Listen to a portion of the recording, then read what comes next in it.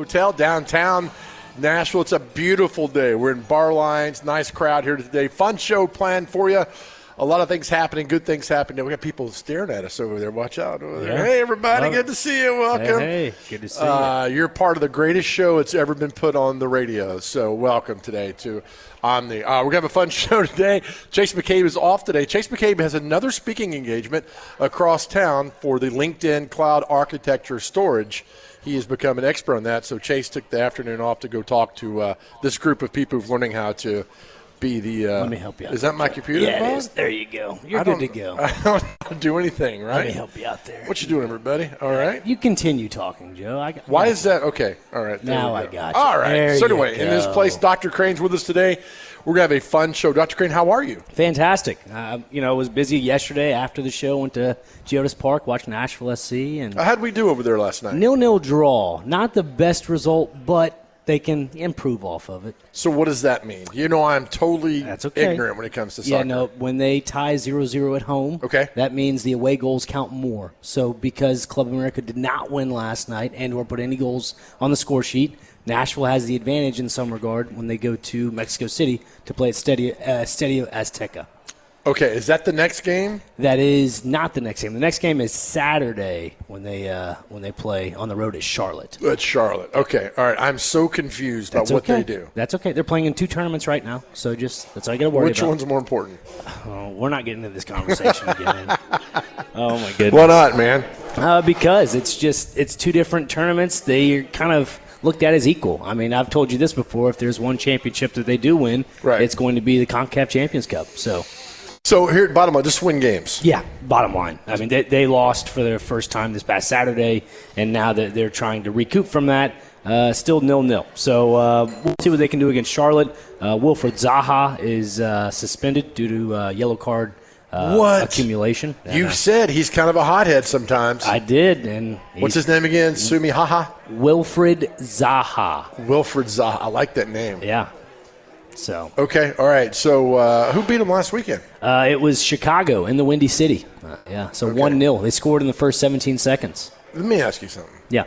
How long is a soccer game, right? 2 hours? 90 minutes. Is it like hour and 30 minutes? Okay. 45-minute halves. I mean, when it's 1-0, I mean, you're like, are you checking your phone like, oh, what's on Etsy? Yeah. I mean, are you doing don't worry. Last night, I had to do an invoice for something else, and I was like, all right, let's just write this invoice out while I'm waiting. It was very stale. Last night was for sure a stale match. How was the crowd? It was actually really good. They had 27,167 people there. I mean, that place is beautiful. It is right? Nice. I mean, it's hard to believe if you drive by there. It's like, oh, there's a hot soccer stadium, and you go in, it's like, this is pretty nice. Yeah, the rugby event will be there April 19th. April 19th. Tell us more about that. Yeah, the Major League Rugby Showdown. That's what's coming. Are you going? I am, yeah. Nicola texted me, hey, you want to go? I'm like, yeah, absolutely. Look at you, buddy. So. I'm proud of you. Predators, is he forward? Brady Skjei? Defenseman. Brady Skjei. God, I should Goal scorer, Brady Skjei. Will join us at 12:15 today, so we're looking forward to that. And then we have a special guest at 12:30. A lot of this NFL, the draft is 15 days away. We got a young man, though, that started the NFL quarterback club back in the 90s. The stories are great. He gave us a gift here earlier, which is not qualified as payola, by the way. No, it's not. We don't bring that up. But that is a pretty cool gesture. All these cards. Yeah. Ricky, look at these cards this guy gave us. These are very cool. Clean-shaven Ricky, by the way. Clean-shaven Ricky. I almost didn't recognize him. You're welcome. There, right, with all that. So, so plenty to get into today. All right. Our question of the day. It came out yesterday afternoon, and it was these pictures of Mike Vrabel and Diana Russini, right, in Arizona at the owner's meeting or coach's meeting? Coach's meeting? I was talking to a few people in the press room yesterday at the NFC game, and some of them covered the Titans. They were saying that it was not at the owner's meetings. This was a separate venture. Yeah, it's the coaches meeting. That's right, which is separate and sent out in Arizona. And there are some pictures of Vrabel and Russini. I mean, it's taken off, right? It's become like the hot topic. Yep. And it's crazy. I mean, everywhere you turn on social media, you see this now with Vrabel and Russini. And anyway, all the memes, all the comments, it's absolutely everywhere. When I saw that, I just started laughing, right? And then she came out and said they were taken out of context, and somebody put a picture up where there's nobody around, like anywhere. They're on a rooftop, right? Yeah, those Airbnbs in Sedona, they get you. And it's taken – I mean, it's dominating everything out there. I'm not surprised it's become the hot topic, but it's become the hot topic. It has. And, again, I was joking with you before the show. If it's appropriate or not, please stop me. But it just seems like it's the Patriot way. Oh, zing. I mean, it seems like what's happening out there. But, I mean, again, let's not discredit what Mike Vrabel's done with those football programs. It's more the off-the-field antics that just always tends to bite the Patriots. Right. So I don't – look, it's just in today's society, it's become the big story. So with that, that's our question of the day. Right, and we're going to keep it PG if you can. All right, our question of the day brought to you by – Aries Tactical. Sorry about that, Joe. You caught me off guard there. That's okay. Aries Tactical is your question of the day. Sponsor your safety, your skill, your Aries Tactical. First-time shooters shoot for free. Just tell them Chase sent you. Check them out at ariestactical.com. Spell Aries. A-R-E-S. It is not your Zodiac sign. Attaboy. Our question today is, what would be the name of the Hallmark movie starring Mike Vrabel and Diana Russini? 615-737-1025. We're going to have fun with this. What would be the name of the Hallmark movie starring Diana Russini and Mike Vrabel? You guys are absolutely phenomenal with your creativity, so let us have it. You can call in. Brando's behind the board today. You can call Brando, 615-737-1025. Let us know the name of the Hallmark movie between Mike Vrabel and Diana Russini. You ready for mine? Yes. Only Fools Roost In. Okay. It's terrible, but I don't care. Okay, Russini, Only Fools. You can say Russ in, but whatever. Yeah. That is the name of my Hallmark movie. Do you have anything creative? Yeah, I was going to go with Wholesome Bowls of Clam Chowder. Good Lord. Okay. Yeah. All right. Just because he's Boston, clam chowder. Is that where clam chowder is, Boston? Yeah. Gotcha. Yeah. So our man Ricky's got one that which I love. No, I shouldn't say it. No, probably not. It's probably not. What's the comment? Don't do dumb blank to hurt the team, Yep. right? And all that stuff that goes on. And look, with Vrabel being here, look, we knew him when he was here, and all the words and don't do stuff to hurt the team and everything that went on. I just think it's kind of funny. I mean, it's just the way it is. Yeah. Right? It's life. You got to live it. It's right. I mean, in the social media age, I was not surprised that these pictures popped up, but, it was just how things go today. Well, I mean, let's be honest, Joe. The last couple of years when Mike Vrabel was in Tennessee, I mean, every time there was some big news, who was the one to break it?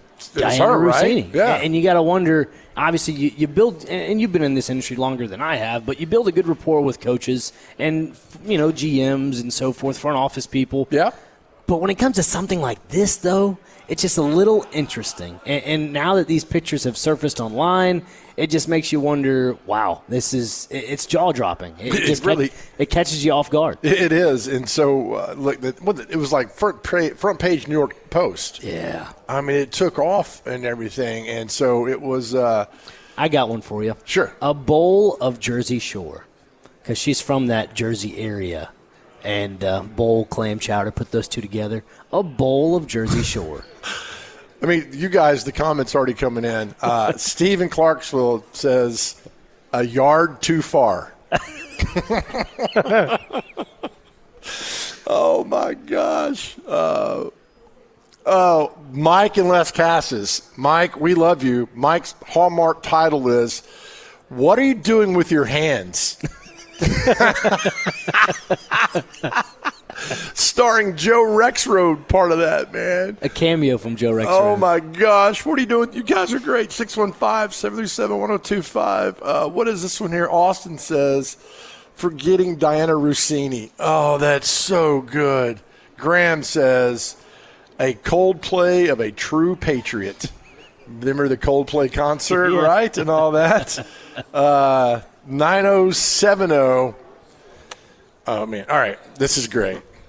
Should I read that one? Yeah. All right. 9070. God bless you for your creativity. We love you. It says the Hallmark title should be cut half of it off for the wrong ring. Oh. Man. These are just flying through here, you guys. I tell Chase all the time. He knows it too as well. I mean, we have from 12 to 3. We have the most creative audience around. So we'll keep those going today. 615-737-1025. What's the name of the Hallmark? They're still rolling through. Name of the Hallmark movie involving Mike Vrabel and Diana Russini. All right, we will take our first break. Predators defenseman Brady Skjei is supposed to join us the next break. How about the Preds? Hey, how about them Nashville Predators? Ain't they something? 43 shots on Justus Anaheim. It's like me on a Saturday night at Tootsie's. Hello. Love it. Right. Ricky, no, up or down, that bad. Okay, thank you so much on that one. So Brady Skjei will join us.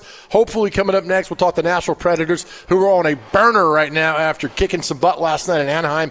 5-0. So we'll talk to Brady Skjei when we come back. This is the Omni. This is the Chase and Big Joe show live at the Omni Nashville Hotel right on 102.5 The Game. All right, welcome back to the Chase and Big Joe show live at the Omni Nashville Hotel in downtown Nashville. Having a great time. Looking forward to this. We've been, watching the Nashville Predators just rip up the West Coast last night. They beat the Anaheim Ducks 5-0. We're joined now by Predators defenseman Brady Skjei, who's live in California. Brady, good afternoon, good morning, whatever it is. How are you, my man? I'm doing great, guys. It was a big win last night in Anaheim, and we're just about to get on the bus and go to the plane towards Utah. So it was a good win last night.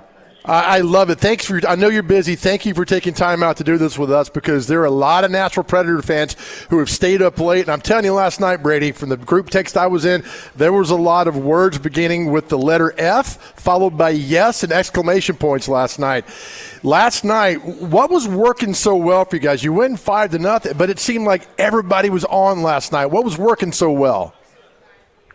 Yeah, I think that just shows, when we're connected and we are making plays and coming out of our zone with the puck. And honestly, the biggest thing was that Big Juice stood on his head. Our goalie last night was incredible. He kept us in the game. The first period, I didn't think we were our best, and then, like I said, we started getting connected in the second and third, and finding some big goals, the power play cashing in, and then just younger guys making plays. It was just a great team effort by us.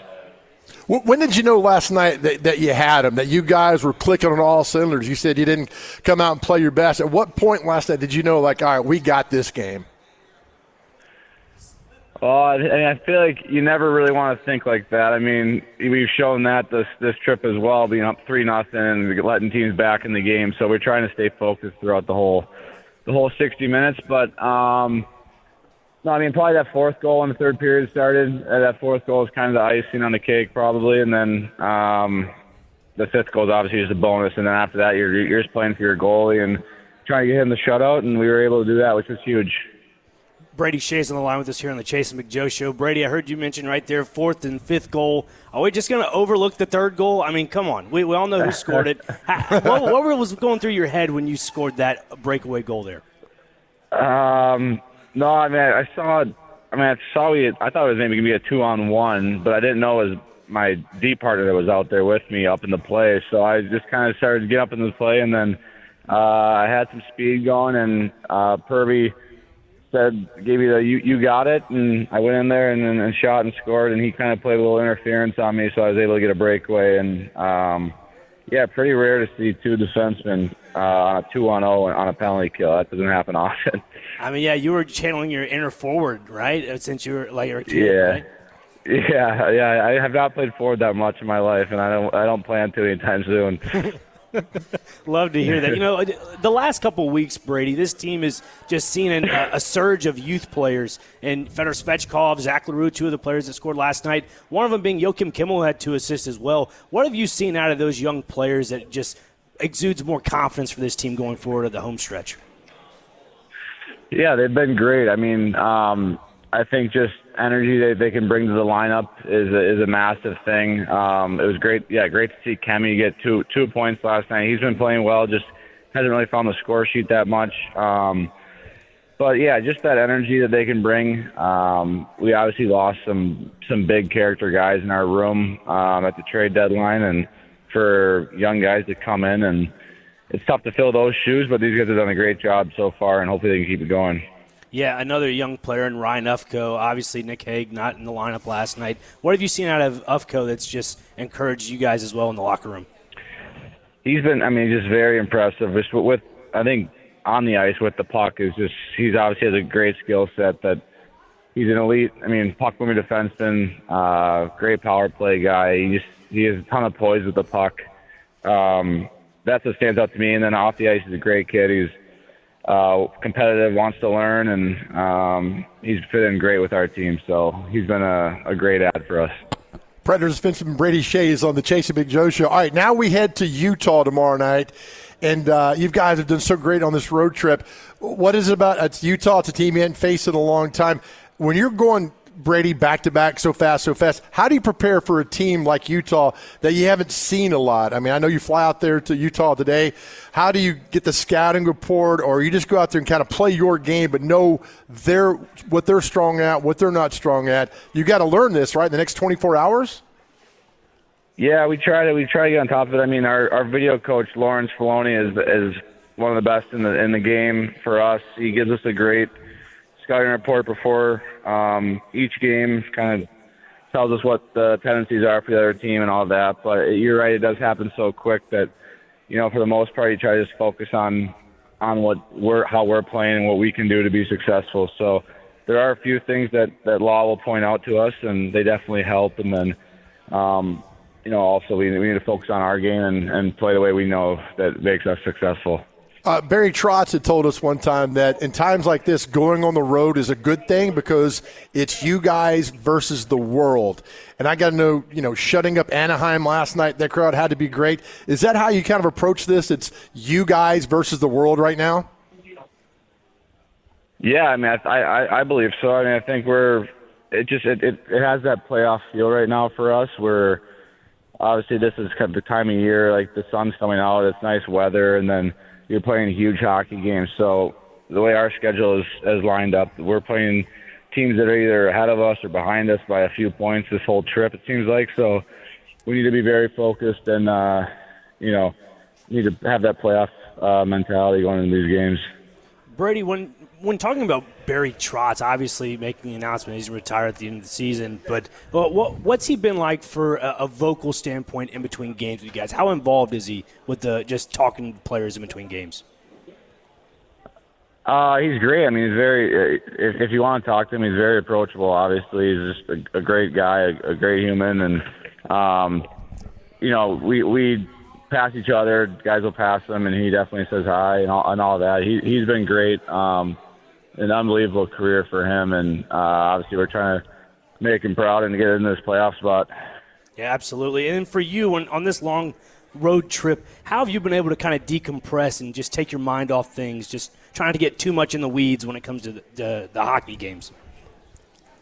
Well, it's tough. You're obviously so focused on hockey, and you want to do whatever you can to help the team win. So it is hard, but I think this weather here in California that helps for sure. Seeing the sun and then the ocean and all that. So that obviously helps. And had some dinner with some of the guys the other night. So obviously it's nice to do that and not always talk about hockey. So it was we definitely find a little bit of time. Hey Brady, who picked up the check the other night at dinner? Eric Howla did. He lost the credit card game, so he ended up. Unfortunately for him, he had to pay for that one. Is there a limit? Like you can't order more than $40 in food, or is it free for all? It's kind of free for all with a little respect, but nothing. You get what you want for sure. Oh, I love it. Brady Skjei, thank you, Brady. When you come back on Saturday at 4:00 versus Minnesota, the weather in Nashville is supposed to be mid-80s and sunny, so the Bridgestone's going to go crazy on Saturday. So thank you for what you guys have done. This city is on fire with you guys right now, so I appreciate your time, Brady. Go kick Utah's ass, and we'll see you Saturday, my man. Yes, sir. Awesome. That sounds great. Can't wait to get back. All right, Brady Skjei, join us now out in California, about to head to Utah to pound is it the Mammoth? Yeah, the Utah Mammoth. Yeah. Have you seen their Zamboni lately? Yeah, good. Crazy. That's fine. Do a slap shot and break that thing. Yeah. Move on, right? So thanks to Brady Skjei. Thanks to Predators. I'm all in, man. One game at a time. I am all in. I want some playoff hockey. This team, last night they beat the snot out of them. Yes, they did. I've been on this train since November. I know people looked at me like I was a crazy head. Like we did. 5 heads going off my shoulders. Yep. But this team is good. I don't care what anybody says. They have a old core and a young core. What we've seen in the last couple of games where this, like I even asked Brady about the young players, they're contributing in key points of the game. I love it. Last night, I think it was, 4 first-rounders or 3 first-rounders got points? Like, that's crazy. Yeah. That is crazy to think that now this young core is playing meaningful games for this hockey team, and you can actually build off that and not just look forward to, we might have a lottery pick after the season and look forward to next season with the new GM. No, what you got right now, go with it. Right, and I hate if you get hit, you're going to get beat anyway. I just drive the loser mentality for some fans drives me insane. Saturday matinee at 4 o'clock, Bridgestone's going to be off the chart. If they beat Utah tomorrow night, which I think they will, because I'm one game at a time, I'm positive. They come in here versus Minnesota, knowing what they at stake with 3 games left. It'll be the hottest ticket in town, honestly. I'm on it, man.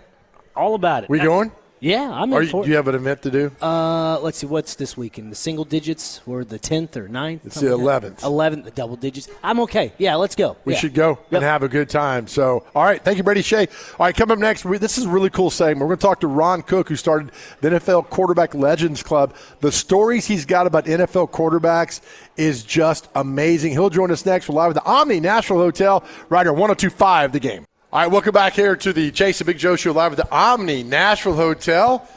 Chase McCabe off today, Dr. Crane filling in. This is really, thanks to Brady Skjei, Nashville Predators, for joining us. This is really a fun segment coming up next. We're joined by Ron Cook, who started the Quarterback Legends Club back in the 90s, and it's all the NFL legends and the quarterbacks got together, had a foundation, did great work around the country and over for many, many, many years. Ron joins us now. Ron Cook. Ron, how are you, buddy? I'm doing great. Thank you. Thanks for doing this. I'm telling you, man, you were my childhood. Yeah. Right? Do you hear that all the time? Once in a lifetime to even get to hang around 2 or 3 of these, let alone 32 of the biggest names that ever played the game. So, now tell us the genesis of how the Quarterback Legends Club started back in the 90s. During the 80s, I did promotion work for 2 Dallas Cowboys, Danny White and Bill Bates.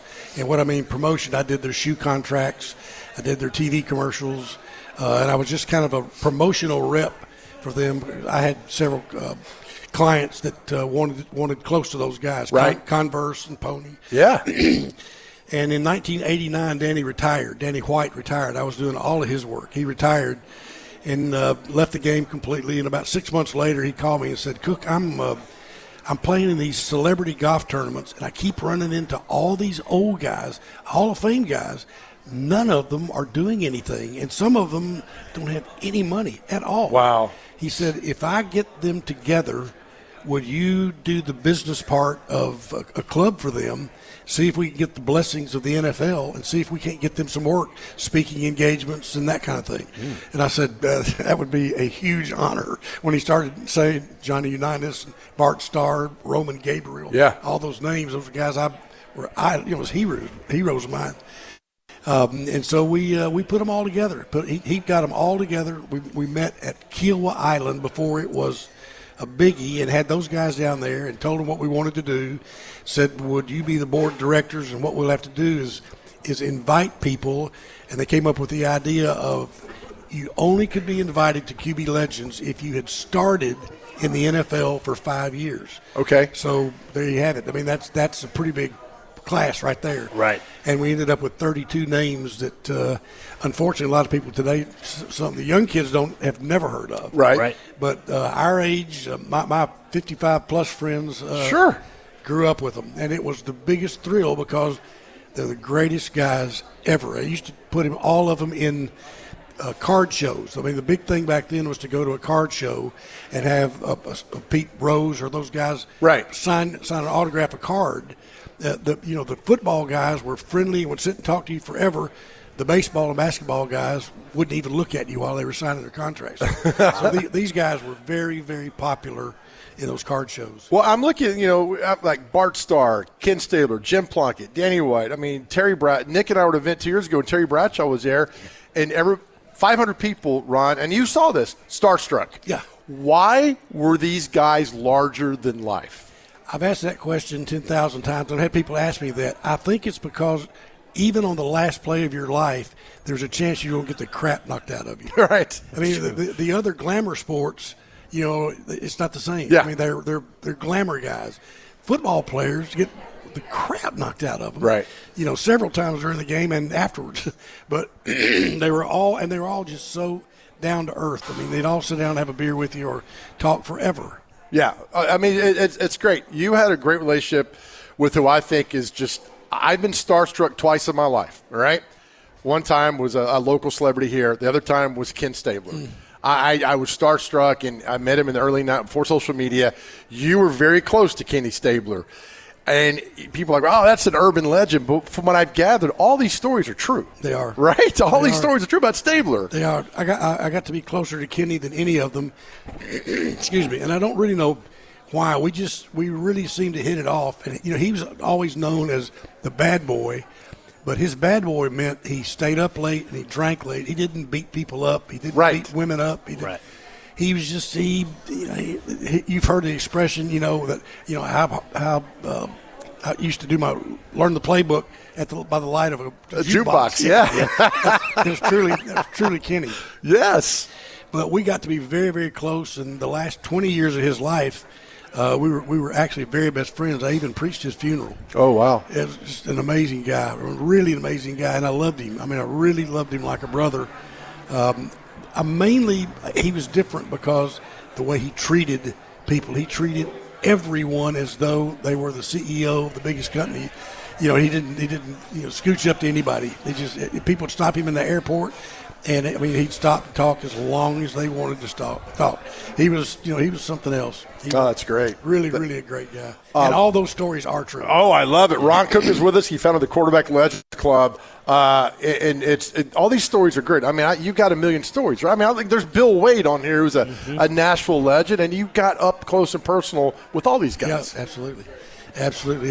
Yeah, Bill being a Nashville guy, all the quarterbacks really wanted him in the club, and his health got really diminished in the last several years that we were together. But those guys always would come to see him at the nursing home, and he had several active years with us. That was really an amazing guy.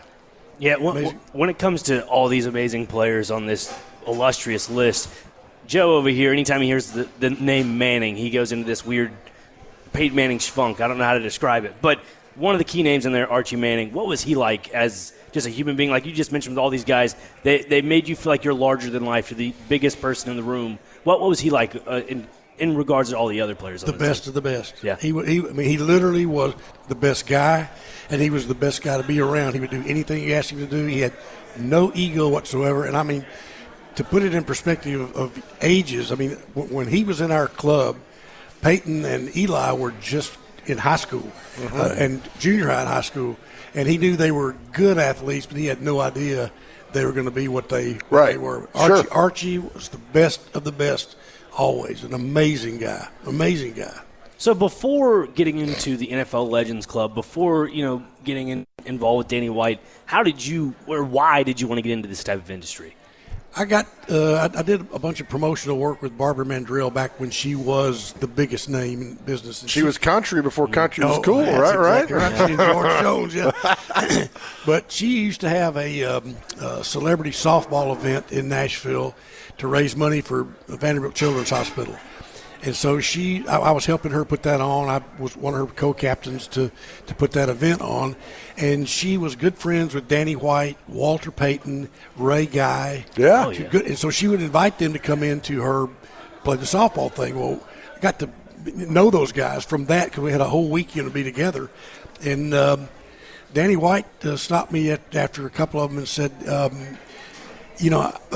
do you ever do any promotional work for athletes like you do for Barbara and Louise Mandrell? And I said, yeah, I love, getting sponsors to back them for events and golf tournaments, whatever. Yeah. And Danny said, would you take a look at working with me? And I did.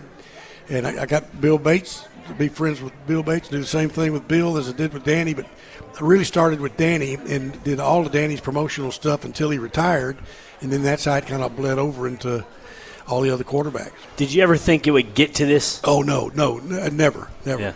And even when I went to the NFL and sat down with them and said, I want to put all these guys together, and I need to get your blessing so that I can book them, but I want to be able to use the NFL logos, marks, the team logos, team marks. And at first they were like, I don't think so. And then, Shocker. Yeah.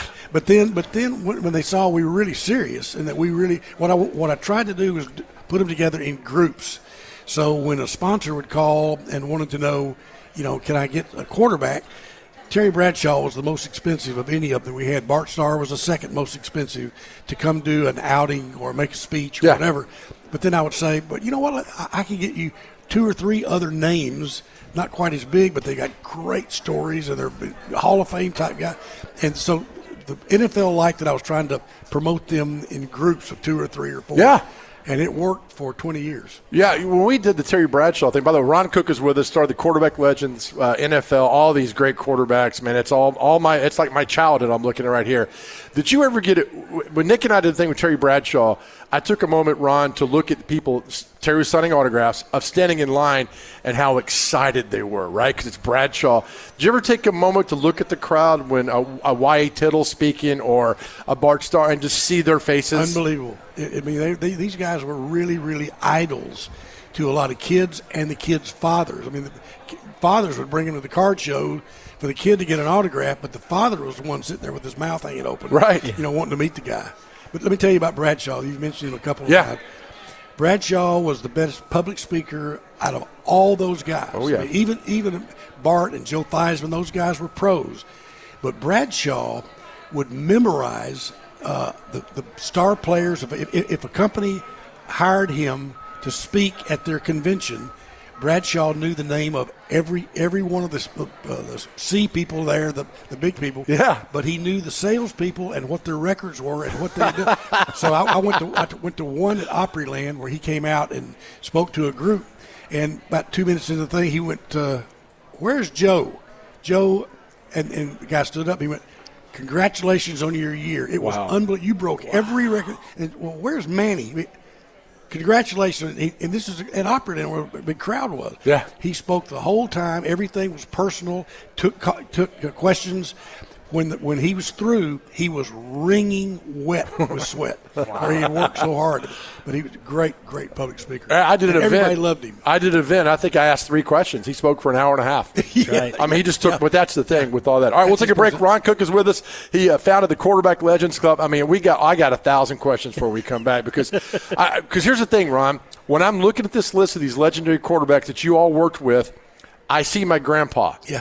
Because I watched – in the 70s, we watched football together. I see my grandpa in this. I'm filled with nostalgia right now, which is amazing. So more with Ron Cook on this. This is a really cool segment with us right here. We're live at the Omni Nashville Hotel, right here, 102.5 The Game. Welcome back to the Chase and Big Joe Show live at the Omni Nashville Hotel. Chase off today. Dr. Crane's in. Fun segment here. Talk with Ron Cook. He was the founder of the Quarterback Legends Club, the NFL. Worked with all the iconic quarterbacks. All right, you took all these guys on HSN, right, and they had the trading cards and everything. Putting football players on camera is either the best thing or the most hilarious thing, and I'm sure you got 1,000 stories, Ron. Let me tell you how that got started. We had quite a run with HSN and QVC. Word got around that there was one company representing all these quarterbacks, so we started getting a little attention. I got a call from QVC, and the guy said, we'd like to have Johnny Unitas come on air and sign the Duke footballs, the game footballs, and Baltimore Colt helmets. Would you put that together? And I went, I really can't imagine Johnny Unitas signing and selling his autograph on TV. And the guy went, well, wait. We'll fly you up here if you'll come see how we operate and then make your decision. I said, well, we'll do that. So I flew up to QVC. The president of the company took me into the room where all the stuff was happening, people calling in. And he said, just watch this monitor over here. So they were selling a porcelain-faced doll. Okay. And Marie Osmond was on the air. Okay. And the doll was selling for $349. And the guy showed it to me and said, see this number over here? I said, yeah. He went, that's the people that are online and have already ordered it. And I went, oh, that's pretty amazing. He said, see this number here? That's the people that are waiting to get online and buy the doll. And it was several thousand. Wow. I went out in the hall, called Johnny Unitas, said, get your butt to QVC and bring us a box of Sharpies. Oh, yes. Holy He cow. was on air. We sold a tractor trailer load of Duke footballs and a tractor trailer load of Baltimore Colt helmets that he signed. The very next week, HSN called and said, whatever you did on QVC will double everything if you'll come down here. Oh, my God. So then I started thinking, oh, wait, instead of having just the individuals, let's do something fun. The first thing we did on HSN was a salute to Super Bowl I. We had Lenny Dawson from Kansas City Chiefs and Bart Starr from the Green Bay Packers. Come on. And we had like a Rodell helmet. On one side was the Chiefs logo, on the other side was the Packers, and those guys signed it. Sold thousands and thousands of those footballs, of those helmets. Yeah. And same with footballs. And I gave you guys a set of card set. We did a QB Legends set of cards, all 32 guys, that were collector cards. We sold 50,000 sets in less than an hour. Good it was just Lord. it was just great. So the popularity back then, people, the nostalgia, and just like you said, I mean, people Autogram or some of those older names, but they were all part of this collection. Yeah. That were really QB legends. They were the legends of quarterback. But we had great shows. Oh, I'm Great sure. shows. And all of them were. We did a salute to Raiders, never been done before. LaMonica, Plunkett, Stabler, and Blanda. With a real Raiders helmet with all four of them signed. Oh, my word. Yeah, but you wouldn't believe it. You had to sold tens of thousands of those. We did. Yeah. It was unbelievable. Did you have any idea? I mean, you knew how special these guys were, but did this bring it home how really special these Truly. guys were? But in all fairness, back then, collectibles were a bigger deal than they are today. Back then, collecting cards and footballs, anything with an autograph on it was a very big deal. So it was something very special. Is there one item that you love more than anything else? I know that's a tough question, but No, it's my Raider item. All four of those on a Raider helmet and a Raider football was. I still got mine at home. Yeah. I still got it. I mean, unfortunately, three of those guys, I think, is LaMonica still alive? No, he's dead. So three of the four have passed away. Yeah. So it's just the iconic of having those signatures. Just Plunkett. Plunkett's the only one that's still alive. And you mentioned earlier, because I said an ignorant question. I'm like, how's the Quarterback Legends Club going? And life catches up with us, right? You said, unfortunately, most of these guys have passed away. Most have passed away, and the ones that haven't passed away are they're in their 80s and some of them in their 90s. Yeah. And there's still a lot of those old injuries are really bad now. So it just got where they couldn't do the events, they couldn't come to the things, whatever. Yeah, when you talk about the card shows back in the day, now looking at the current, I guess you'd say, card market right now, would you say this is probably the baseline of the reason why a lot of these markets are just skyrocketing through the roof for price-wise? No question. No, and because of our shows with the autographs, people started questioning, is that a real autograph? Right. Then some of these authenticators started popping up saying, we'll guarantee you, but we'll do a test on it, put it in plastic, and guarantee that it's the real thing. Wow. And that came from some of the shows that we did. That's fascinating. As a kid growing up collecting baseball cards, hearing all about this, it just fascinates me how the evolution of card shows have just evolved to today. No doubt. Ron, what are you doing now? I retired 2 years ago. I've retired from a company called Fishbait Marketing. We did all the we sold sponsorships to all 47 of the college bowl games. Wow. So it was a great company, still in existence. But I retired after a long time in the sports business. I know you seem very gracious and grateful you had this experience. Once in a lifetime, literally. Just to know those guys.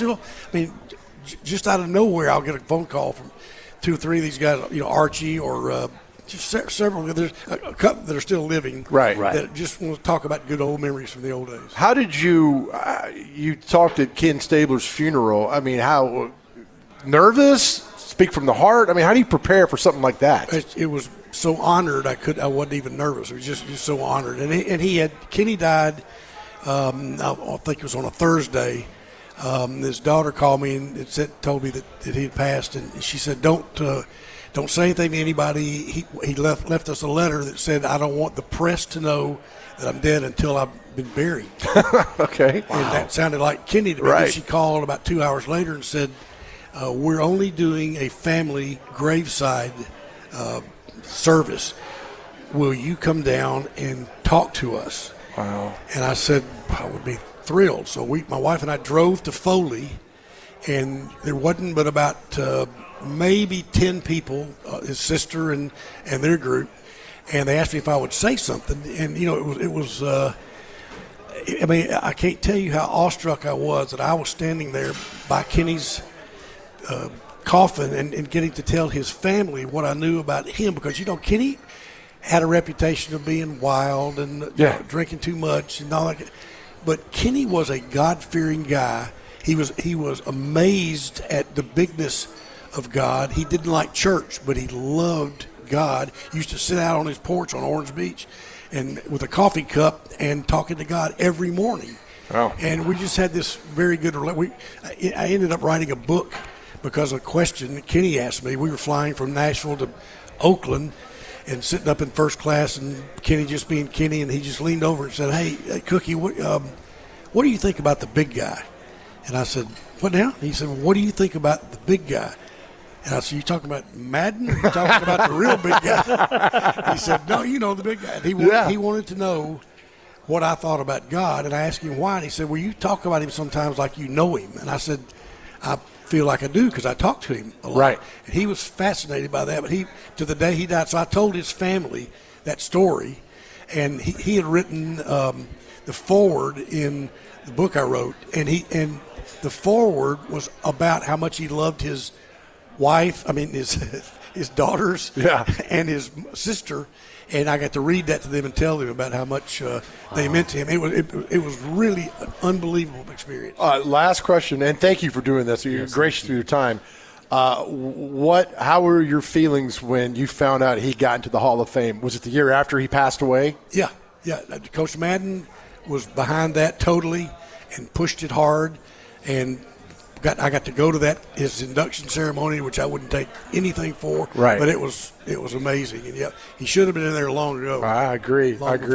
Ron Cook, thank you. Down the road, let's talk again. This is great because I'm telling you, I see my grandpa here. This is wonderful, and it's a great feeling. Ron, thank you so much. I love talking about these guys. I'll come back anytime. Oh, you're the best. Ron Cook, Quarterback Legends Club, started back in the 80s, and it ran for a long time. Ron, thank you for that. Thank you. We'll take a break. We have another special guest. Tell me about it, Joe. Right. One Chris Kirkpatrick from Pittsburgh, Pennsylvania, is going to join us now and talk some football coming up. You might know his name. I'm shaking. You might know he had a little one-hit wonder back in the day. We'll talk to him about that coming up. All right, this is the Chase and Big Show. Ron, thank you, my man. More. We got more. There's a good crowd. Come down and see us here at Barlon's Omni National Hotel right on 102.5 The Game.